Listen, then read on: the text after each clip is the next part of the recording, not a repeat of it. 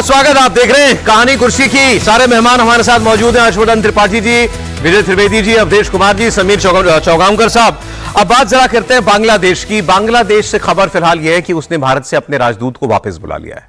अकेला भारत नहीं, हालांकि इसमें 6-7 देश और हैं जहां से उसने अपने राजदूत बुलाए। इसकी कोई ऑफिशियल वजह ऐसे तो जारी की नहीं जाती है और अभी तक सामने भी नहीं आई है, लेकिन भारत से राजदूत बांग्लादेश ने वापस बुला लिया है अपना। इसके अलावा वहां पर जो एंटी इंडिया प्रदर्शन है और एंटी हिंदू प्रदर्शन है वो रुक नहीं रहे हैं।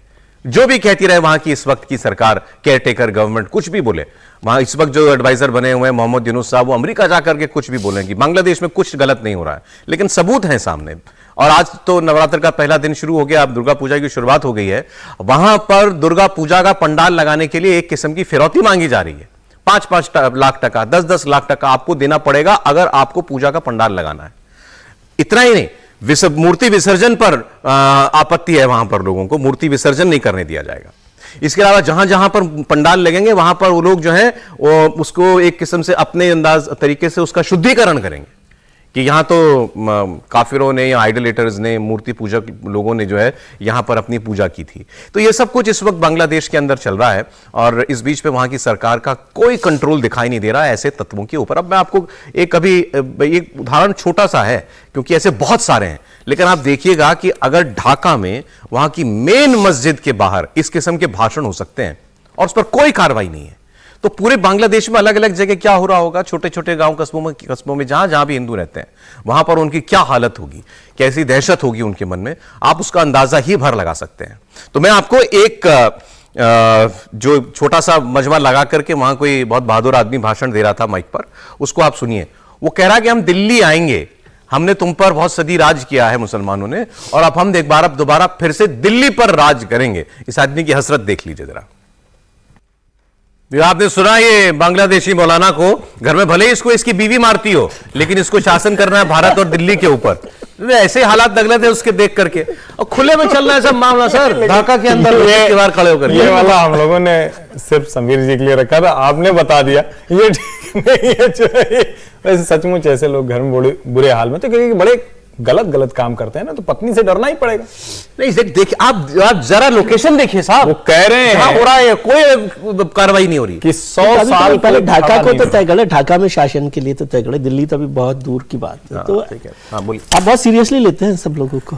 सर नहीं, मैं इस जो कह रहा है उसको सीरियसली नहीं ले रहा हूं, लेकिन वहां ये आम हो गया है, ये बात, इस बात की चिंता जरूर। अभी ढाका की व्यवस्था तो देख लेना, उसके बाद तो करेंगे ना। आप बोल रहे थे कुछ? नहीं, मैं तो यही कह रहा हूं कि देखिए वो जो कह रहे हैं, वो ये कह रहे हैं कि अगले 100 सालों तक शेख हसीना गई, अब कोई सर नहीं उठा पाएगा। तो वो कोई हिंदुस्तानी थोड़ी ना वहां सर उठाने जा रहा था। भारत से तो आप कट गए, पहले कटे पाकिस्तान बने, फिर कटे बांग्लादेश बने, अब फिर जिस कगार पर पहुंच गए हैं कि बांग्लादेश का भी 2-3 हिस्सा होने की स्थिति। एक हिस्सा तो पूरी तरह से, क्योंकि वहां हिंदू भी कह रहा है कि हमको इसी तरह रहना है, तो हमारा भी देश बना के दो, और उसकी बात बिल्कुल दुरुस्त है जिस तरह का अत्याचार हुआ। और जो सबसे बड़ी बात है कि उस देश को बेहतर बनाने वाले लोगों को ये कह रहे हैं, ये जो मौलाना है, ये जिनकी सोच कुछ 100, 200, 400 नहीं, करीब 1000 साल पुरानी होके जाती है, मध्ययुगीन बर्बर जैसी इनकी सोच है, वो लोग कह रहे हैं कि वो वाली अच्छी वाली सोच कभी 100 साल तक सर नहीं उठा पाएगी। मुझे लगता है कि शायद इनको गलतफहमी है, कुछ दिन तो ये चलेगा, लेकिन बांग्लादेश की जनता ही जिस तरह से मोहम्मद यूनुस काम कर रहे हैं, बिल्कुल पाकिस्तान से बांग्लादेश क्यों बना, यदि वो हिस्ट्री भी उनको समझ में आती तो शायद वो बेहतर तरीके से बंगाली बोलने के यही बस एक लाइन आपने जो बहुत अच्छा याद दिला दिया।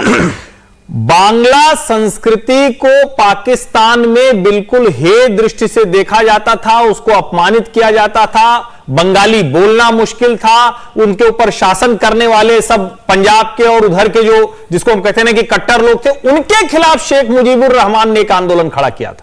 वो एक अपनी जो बांग्ला प्राइड थी, वो कोई मुस्लिम या उस बांग्ला प्राइड के लिए वो यहां आए थे, वही बांग्ला प्राइड था जो बांग्लादेश से भारत को जोड़ता है, वही बांग्ला प्राइड है जो शेख हसीना के भारत से कई पार्टियों से, और उसमें कांग्रेस पार्टी ज्यादा समय रही, उनसे रिश्ते रखता है, वही बांग्ला प्राइड है जो शेख मुजीबुर रहमान बंग बंधु को भारत में भी उतना सम्मान देता है जितना बांग्लादेश में मिलता है। यह समझना बहुत जरूरी। ये तो कुछ रेडिकल लोग हैं, कुछ दिन के मेहमान सम्मान थोड़े हैं। इस समय बांग्लादेश के मुक्त युद्ध से जुड़े सारे अवशेषों को नष्ट किया गया है। उसके म्यूजियम खत्म है, उनके जो शेख मुजीबुर रहमान के जो आइडल्स लगे थे उनको तोड़ा गया है, उन पर पेशाब किया गया है, उनसे जुड़े हुए लोगों के घरों पर हमले हुए हैं। ये तो जो बांग्लादेश में अभी जो कुछ हुआ है, देखिए जो यूनुस हैं ये एक मतलब पश्चिम का एक ऐसा स्टूज है, ये ऐसा टूल है ये व्यक्ति जो अंदर से कंप्लीट एक जिहादी, कट्टर जिहादी रहा है। जिस दिन ये हुए उसके पहले ही हमने कहा कि ये एक कट्टर जिहादी है। अमेरिका के जीवन की दूसरी या तीसरी चौथी जो भी कहे, बहुत बड़ी गलती किया अमेरिका ने कि बांग्लादेश के प्रधानमंत्री को हटाने के लिए जो पहले उसने भेजा अपने दूत को कि इनको कहो कि त्याग पत्र दे, आप हट जाइए, इंटीरिम गवर्नमेंट में बांग्लादेश का शासन चलने दीजिए। उसने कहा नहीं देंगे, हमको समुद्र में जगह दे दीजिए, उसने कहा नहीं देंगे। तो इन्होंने जो कोशिश की उसमें फंडामेंटलिस्ट तत्वों को, और पाकिस्तान उसमें खेल कर गया। कहीं किसी दुनिया के बड़े मुल्क की रिलीजियस फ्रीडम रिपोर्ट में नाम आएगा बांग्लादेश का? तो उससे फर्क नहीं पड़ेगा। क्यों नहीं पड़ता? अफगानिस्तान दुनिया का सारा ज्ञान हिंदुस्तान में। सुनिए, अफगानिस्तान तालिबान के हाथ में चला गया, आज आपने उसको सौंपा कि नहीं सौंपा? एक पाकिस्तान के खिलाफ 50 रिपोर्टें दे दीजिए, उसको कोई फर्क पड़ाता है? ईरान दुनिया में बैंड है, सीरिया क्या रिलीजियस, सीरिया दुनिया में बैंड है। अभी जो ये पैदा हो रहा है बांग्लादेश ना, ये बांग्लादेश तो तालिबान से भी ज्यादा खतरनाक है, क्योंकि पाकिस्तान की उस सोच के साथ है कि पूरे इंडियन सब कंटिनेंट में इस्लाम का शासन होना है, और ये जो लोकतंत्र था वो हमारे इस्लाम के विरुद्ध था। और इस समय पाकिस्तान के फंडामेंटलिस्ट तत्व वहां बिल्कुल प्रसन्न है, भूमिका निभा रहे हैं, तो वो तो फिर 7-8% बचे हैं वहां हिंदू मार के। एक चीज बताइए मुझे कि जो रिलीजियन फ्रीडम की बात आप जो कर रहे हैं, जो सर्टिफिकेट बांट रहे हैं, वो नहीं कर रहे हैं ये काम? कौन कर रहा है ये काम बांग्लादेश में? अमेरिका का। बांग्लादेश में जो सत्ता परिवर्तन हुआ है, बदलाव हुआ है, ये तो फिर और सर्टिफिकेट कौन बांट रहा है? नहीं, देखिए मोहम्मद यूनुस सर्टिफिकेट भी देने वाले वही हैं। मोहम्मद यूनुस को एक लाइन में आसानी समझ में आएगा कि अभी सैम पित्रोदा जी को भारत में तख्ता पलट करा के और वो बैठा दिया जाए, ऐसे ही है मोहम्मद यूनुस। मोहम्मद यूनुस की न कोई जड़ है, न कोई आधार है, न कुछ है। अभी इस देश को खत्म कर दिया। अभी एक दूसरा एक और वीडियो समीर जी में देख रहा था वहां पर, यहाँ पर तो चलिए किसी को बैठा दिया, सड़क पर खड़े होकर के भीड़ लगा करके इन लोगों चले जाओ यहाँ से, नहीं तो तुमको चुन चुन कर मारेंगे, जाने क्या क्या, पता नहीं क्या बह रहे हैं उनका इससे। तो ये क्रांति है ना? नहीं, ये एक बहुत गंभीर चुनौती है। मतलब मुझे लगता है कि केंद्र सरकार को इसे बहुत गंभीरता से लेना होगा। एक तो पाकिस्तान है ही पास में, बांग्लादेश में अगर ऐसी ताकतें मतलब और मजबूत हो जाएंगी, और वहां जो 4 या 5 या 7% जो हिंदू आबादी है वहां पर, और उन्हें इस तरह से प्रताड़ित किया जाएगा कि उनके बेटे को उठा लिया जाएगा, उन्हें की जमीनों पर कब्जा कर लिया जाएगा, उन्हें कहा जाएगा कि भाई बांग्लादेश छोड़ के आप हिंदुस्तान चले जाओ, तो मुझे लग रहा है कि एक नया सरदार भारत के लिए खड़ा होगा। और देखिए अभी शेख हसीना भारत में रह रही, लेकिन शेख हसीना का डिप्लोमेटिक पासपोर्ट रद्द कर ही दिया है वहां पर। अब वो कब तक यहां रहेगी? कहा जा रहा है कि अब शेख हसीना को वापस बांग्लादेश भेजने की मांग बांग्लादेश की सरकार करने वाली है कि हमने उनका डिप्लोमेटिक पासपोर्ट रद्द कर दिया है, उन्हें बांग्लादेश भेजा जाए। अब जिस स्थिति में बांग्लादेश चला गया, और पाकिस्तान इसका पूरा फायदा उठाएगा। चीन ऑलरेडी पाकिस्तान के अंदर पाकिस्तान को समर्थन कर रहा है। बांग्लादेश इस स्थिति में चला गया जो इकलौता पड़ोसी राज्य देश था जो भारत के पक्ष में था और भारत के साथ कंधे से कंधा मिला के खड़ा हो रहा था। उस देश की ऐसी स्थिति आने पर उसका पूरा फायदा वहां चीन भी उठाएगा, पाकिस्तान भी उठाएगा, और अमेरिका तो बैठा ही है वहां पर अपना राजनीतिक स्वार्थ देखने के लिए। तो मुझे लग रहा है कि इस समय भारत के लिए दोहरी चुनौती है। बांग्लादेश के अंदर जिस तरह के जो कट्टरपंथी ताकतें जिस तरीके से हिंदू के खिलाफ वहां पर हिंदू लोगों के खिलाफ एक माहौल बना रही है, और जिस तरह भारत के खिलाफ वह एक मिनी पाकिस्तान बनते जा रहा है, वो धीरे धीरे पाकिस्तान से जितना भारत के कटु रिश्ते उतने ही कटु रिश्ते धीरे धीरे बांग्लादेश से बनते जा रहे हैं। तो मुझे लगा कि समय रहते भारत को इस दिशा में देखना पड़ेगा। पता नहीं कैसे लोग हैं इनकी तुम्हारी एक नस्ल खत्म करने की कोशिश की पाकिस्तान ने, और कितना पीछे अभी 50 साल पहले, और आज पाकिस्तान से गले मिल रहे हैं सिर्फ हिंदुओं को वहां से भगाने के लिए। तो मुझे लग रहा है कि भारत सरकार को मतलब जो विदेश मंत्री या केंद्र सरकार उन्हें देखना पड़ेगा कि वहां स्थिति इतनी विस्फोटक न हो जाए कि भारत के लिए एक नया फ्रंट खड़ा हो जाए कि पाकिस्तान तो ही अब बांग्लादेश से भी आपको लड़ना पड़ रहा है। भारत को देना चाहिए, बिल्कुल देना चाहिए इस समय। और मुझे लग रहा है कि खड़ा हो जिस तरीके से भारत का इन्वेस्टमेंट है, भारत में मैं कह रहा हूँ नया फ्रंट खड़ा हो गया है, हो नहीं रहा है। और बांग्लादेश की जो सीमाएं है ना, वो बहुत ज्यादा हमारे साथ जुड़ी हुई रहती है, असम से लेकर 4000 kilometre, 4000 including maritime. Day to day life वहां पर बहुत ज्यादा इन्वॉल्व है भारत के और बांग्लादेशियों की। पाकिस्तान जैसा नहीं, पाकिस्तान भी बहुत लगा नहीं है। पाकिस्तान में तो घुसपैठ होती है तभी होता है, वहां रोजाना की जो लाइफ है वो भी उसके साथ जुड़ी हुई है, और ये ज्यादा खतरनाक मसला है। इस पर भारत सरकार को कड़ा रुख अपनाना अब ये चाहिए। पाकिस्तान कैसे रुक सर आप कंप्लीट कर लीजिए, सॉरी। नहीं, मैं इसी बात पर, मेरी मोटी बात यह है कि उस पर सरकार को कुछ स्ट्रांग एक्शन के तौर पर या स्ट्रांग एक रेस्पॉन्स के तौर पर काम करना चाहिए। अब जरा पाकिस्तान की बात कर लेते हैं। जैसे यहां ये गीदड़ भपकियां जो है वो दे रहे हैं, पाकिस्तान में तो टीवी पर होती हैं ऐसी बातें, टीवी पर। अभी एक वीडियो चल रहा था, एक वहां का एक पूर्व एमपी बोल रहा है टेलीविजन चैनल पर खड़ा होकर के कि ये एक दिन आएगा, ये सारे आरएसएस बीजेपी से जितने जुड़े लोग हैं सबकी गर्दनें काटेंगे हम। टीवी पर खड़ा होकर के वो कह रहा है हमारा राज होगा हिंदुस्तान के ऊपर। एक वहां लाल टोपी है, देखा होगा आप लोगों ने। हाँ, लेकिन अब टीवी पर तो ठीक है, उनका चलता रहता है। क्या है टीवी पर उनके बोलने से कोई फर्क पड़ रहा है? जहनियत क्या है, क्या मेंटालिटी है? आपको आपका भी शर्म नहीं किसी का कि दुनिया देख रही है हमको। एक कह रहा है कि हिंदू कुछ हमारे यहाँ पहाड़ है। अब पाकिस्तान- हिंदू कुछ का तो नाम ही इसलिए यहाँ पर हिंदुओं का हमने कत्ल किया। पाकिस्तान का थॉट प्रोसेस आप देख लीजिए कि अभी जाकिर को आपने जिक्र किया, उसी की बात करने जा रहा हाँ, हूं। तो उसको जब आप गेस्ट के तौर पर रख रहे हो तो टीवी पर ये जो गेस्ट बोल रहे हैं ये तो सब ऐसे लोग जाकिर होते हैं नायक को बिल्कुल रेड कारपेट वेलकम। जाकिर नायक को लेने के लिए, रिसीव करने के लिए वहां का कैबिनेट मिनिस्टर जाता है। जाकिर नायक वहां के प्रधानमंत्री से मिलता है। प्रधानमंत्री शहबाज शरीफ कहते हैं वाह वाह, आप तो बड़े अद्भुत आदमी हैं, आपकी बातें सुनकर के हमको बड़ा अच्छा लगता है, आप बड़ी जागरूकता पैदा कर रहे हैं इस्लाम को लेकर लोगों के अंदर। इस पर आरोप क्या है? इसी बांग्लादेश से जुड़ा हुआ आरोप है कि इसके स्पीचेस से भड़काऊ भाषणों को, बातों को सुनकर के वहां पर एक कैफे में हमला हुआ था, कई लोग मार दिए गए थे आतंकवादियों ने। यह आरोप है जाकिर नायक के ऊपर, और ये वहां जाकर के बच्चों से मिल रहा है, वहां जाकर के तकरीरें कर रहा है। अब जरा सा इसकी एक छोटी बात जो है इसकी वो आप देख लीजिए, क्योंकि आजकल खास तौर पर इनको बड़ी चिंता है पाकिस्तान को और जाकिर नायक जैसे लोगों को कि गाजा में क्या होगा, ईरान का क्या होगा। इसके पास भी सलाह है देने के लिए पाकिस्तान को। जरा मक्कारी देखिए आप, मक्कारी। वो कह रहा है कि हमारा ये फतवा दिया गया है कि इजराइल और गाजा, फिलिस्तीन और इजराइल की जंग पर कि सीज फायर नहीं हो सकती, यानी जंग तो होती रहेगी। हाँ, इजराइल बमबारी रोक दे, इजराइल बमबारी रोक दे, हम तब तक लड़ते रहेंगे तुझसे जब तक वहां पर एक भी यहूदी है। अब जाकिर से क्या उम्मीद कर सकते हैं इसके अलावा कि क्या बात वो करेंगे? और पाकिस्तान जाकर भी, और जब शहबाज साहब भी वहां पर उनसे गले मिल रहे हैं, हाँ। तो आप समझिए कि मैंने इसने एक और सलाह दी है, पाकिस्तान को एक मुस्लिम कंट्रीज का अलायंस बनाना चाहिए इजराइल को रोकने के लिए। ये तो अच्छा ही है, पाकिस्तान को जितनी उनकी सलाह मानेगा वो उनके लिए बेहतर ही होगा मेरे ख्याल से, ज्यादा जल्दी गड्ढे में जाएगा। हाँ। त्रिपाठी जी? नहीं, मुझे लगता है कि ये पाकिस्तान जिस हालात में पहुंच गया है उसमें अगर जाकिर नाइक उसको इस तरह से खरीद ले रहा है तो ये भारत के लिए चिंता की बात है, क्योंकि अब ये पूरा देश बिक गया है। जाकिर नाइक जिस स्थिति में है वो खुलेआम यहां आए, इतनी उसकी हैसियत नहीं होती।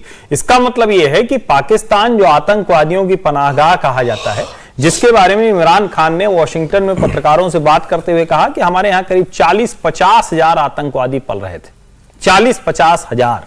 इमरान खान ने यूनाइटेड नेशंस में, कोई नया नहीं है मुस्लिम देशों का फ्रंट, वैसे तो ऑर्गेनाइजेशन ऑफ इस्लामिक कंट्रीज है जिसके जो बड़े ताकतवर देश हैं वो इनके साथ नहीं खड़े होते हैं, लेकिन वहां भी उन्होंने कहा था कि हम, तुर्की और मलेशिया, ये तीनों मिलकर क्या करेंगे कि एक अपना अलायंस बनाएंगे, एक अपना न्यूज चैनल बनाएंगे, एक अपनी वो कोशिश करेंगे कि एक अलग दुनिया हम बनाएंगे जो मुसलमानों के लिए, इस्लाम के मानने वालों के लिए होगी। अब आप जरा सोचिए, जिस इस्लाम के मानने वालों के नाम पर बना पाकिस्तान खाने को मोहताज है, दाने खाने को मोहताज है, वो क्यों बुलाता है? कुछ रिपोर्ट्स ये भी आ रही हैं कि जाकिर नाइक ने पाकिस्तान सरकार को बड़ी मदद करने की, जो जिसको हम कहते हैं ना कि पैसे की मदद करने की, क्योंकि इस सरकार की वो स्थिति नहीं कि इसको बुलाएगा वो रिपोर्ट से आ रही है कि वो पैसे देकर यहां आया। जैसे कई लोग होते हैं ना कि मंचों पर खड़े होने के लिए कहते हैं भाई कुछ 10-20-50 हजार रुपए ले लो, हमको भी किसी मंच पे बुला दो। जो काबिल आदमी होता है उसको लोग कहते हैं कि अच्छा तुम 10-20-50 हजार लेके आओ भाई, ऑनरेरियम लेके आओ। तो ये दूसरा वाला मसला है, नंबर 1। नंबर 2, ये अब ये चिंता थोड़ा सा अमेरिका को ठीक से करनी चाहिए। आपने उनकी ग्रांट रोक दी, आपने उनकी एड्स रोक दी, लेकिन जो सबसे बड़ी बात है कि जब यूनाइटेड नेशंस में सिक्योरिटी काउंसिल में मसला जाता है तो चाइना वीटो पावर लगाता है। जितनी जल्दी अब यूएन का रिफॉर्म होगा उतनी जल्दी इस तरह के मसलों पर थोड़ा बात होगी। उसके लिए जरूरी है कि भारत को सिक्योरिटी काउंसिल का मेंबर बनाया जाए। और जो उसके बाद की जरूरी चीज है, इजराइल को भी यह बात पता चलनी चाहिए कि जाकिर नाइक जैसे लोग दुनिया के जिस भी हिस्से में हैं वो क्या कर रहे हैं। वो कह रहे हैं हर यहूदी को खत्म करेंगे, उसमें नेतन्याहू भी आते हैं। नहीं, आपने ये सीधे सीधे थ्रेट है। बिल्कुल, इजराइल के लिए और नेतन्याहू के लिए। अरे इमरान खान ऊपर एक तो पता नहीं वो आदमी जेल से कैसे बात कर लेता है लोगों से, वो जेल से पैगाम निकाल के देता है। उन्होंने पैगाम निकाला कि घरों से बाहर निकलो, लड़ो जाकर के फिलिस्तीन के लिए। वो यहां से फिलिस्तीन के लिए लड़ाके भेजना चाहता है। पूर्व प्रधानमंत्री जिनको बड़ी उम्मीद के साथ ये लोग लेकर के आए थे, कभी वो कह रहे निकलो बाहर लड़ो, गाजा के लोगों के साथ जाकर के जंग लड़ो, ये कह रहे हूं। ये एक इतिहास में बताना चाहता हूं कि इजरायलियों फिलिस्तीनियों को सबसे ज्यादा किसी ने गाजर मूली की तरह काटा तो वो है पाकिस्तानी। यस, सबसे ज्यादा उसने काटा था वो जो ब्लैक सितंबर कहा जाता था, जब यासर अराफात साहब ने जो है उसके जॉर्डन के 4 प्लेन को हाईजैक किया, 3 को मार दिया, तो वहां मार्शल लॉ लागू हुआ, अलग अलग फौज को बुलाया था।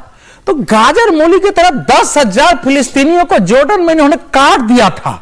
और अब वही तो कह रहे हैं कि जितना इजराइल ने फिलिस्तीनियों को नहीं मारा है, अगर उसके इतिहास को देखा जाए, उससे ज्यादा मुसलमानों ने मारा है फिलिस्तीनियों को। और ये दुनिया को झूठ फैला रहे हैं। ये क्या फिलिस्तीनियों को ये पता नहीं है कि कैसे? और उसका नेता कौन था मालूम है? उस समय जो कमांडर कौन थे?